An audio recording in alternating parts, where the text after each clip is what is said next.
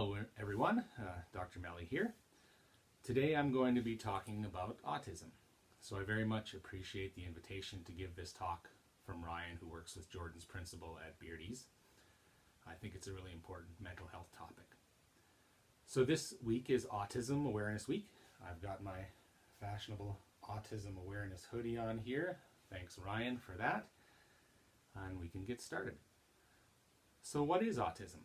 First of all, the proper name is Autism Spectrum Disorder, or ASD for short. As the name implies, ASD is a spectrum and can cover a wide range of symptoms.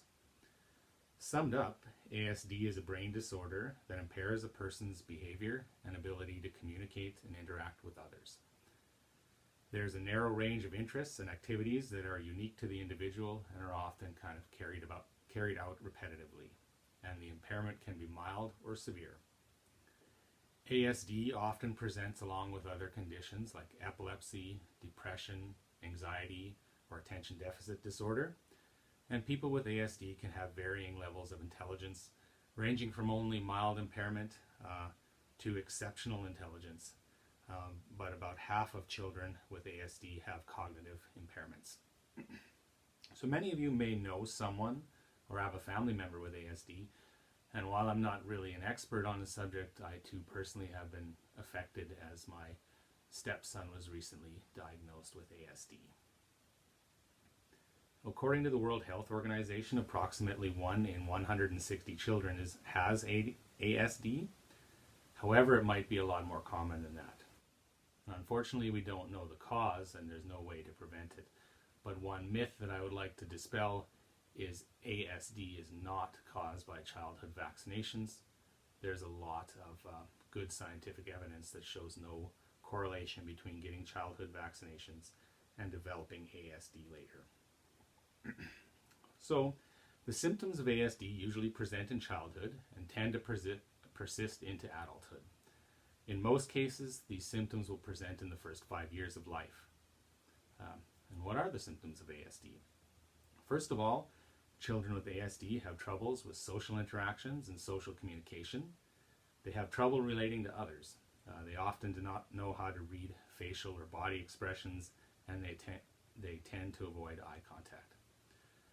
They may dislike being physically touched and avoid interacting or playing with others. Children with ASD often take much longer than other children to learn how to speak, and they may never learn how to speak. Children with ASD often have very limited interests. They may have a very intense interest in certain things and no interest in other things.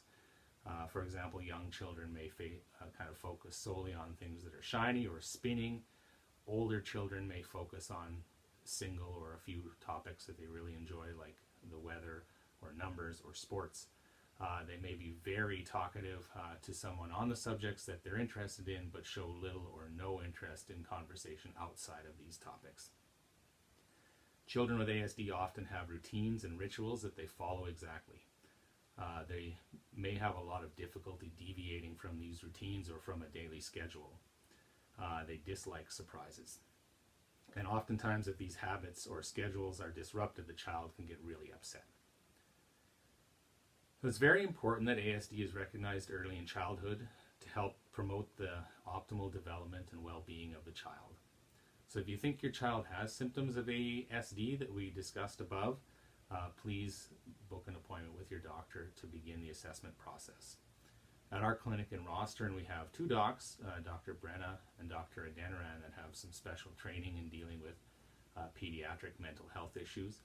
But any of your doctor can help begin the process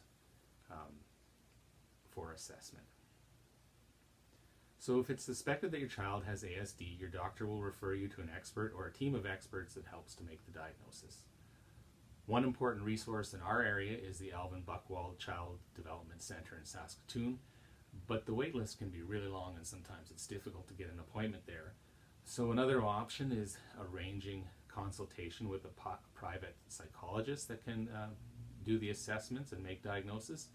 This can often happen much quicker than the other referral process, and Jordan's principle can be used to help arrange things like that. So if your child is referred for an assessment, what's going to happen?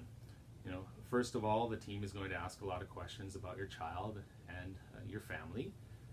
They're also going to do some tests of your child's abilities in a lot of different ways. The team will do things like a hearing test and other tests to make sure that they don't have another condition other than ASD causing their concerns.